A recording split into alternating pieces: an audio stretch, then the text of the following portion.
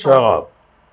Ṣé mọ̀ wípé autopsy ti fìdí ẹ̀ múlẹ̀ ó ti jẹ́ kó yé wa wípé olóògbé májèlé ni wọ́n jẹ.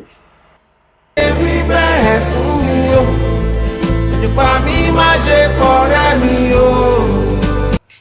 Hello? Ibẹ̀ yẹn ṣo ti gbọ́. I love you so much. Bọ̀dé, so take care. Mo ní pẹ́.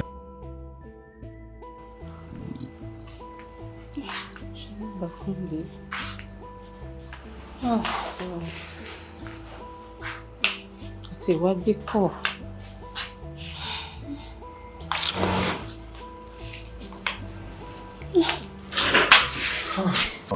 God. Ọ̀gá mi ò ṣe dà. I've been calling. Mo lè gbé kọ́lẹ̀.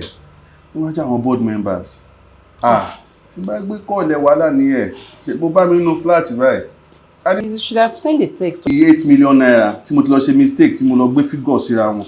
Ọlọ́run ló yọ mí náà. Ọlọ́run ló ṣe kan tí mo lọ fún report yẹn.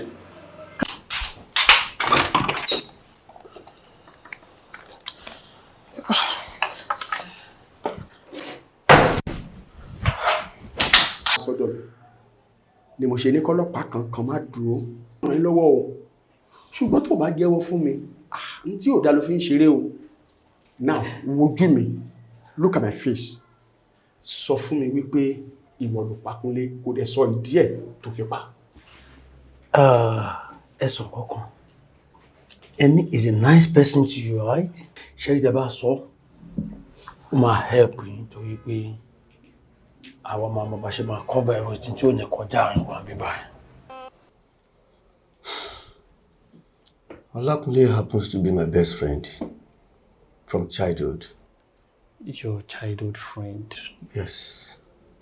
Kí ló lè sọ fún wa nípa ikú olóògbé Olakunle Badmus?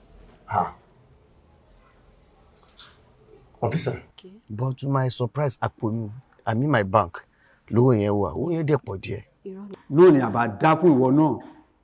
Èyí yóò jẹ́ ẹ̀kọ́ fún ọ̀pọ̀lọpọ̀ ọmọkùnrin àti àwọn ọmọbìnrin pàápàá kò yọ àwọn àgbàlagbà sílẹ̀ lórí ìfẹ́ orí ayélujára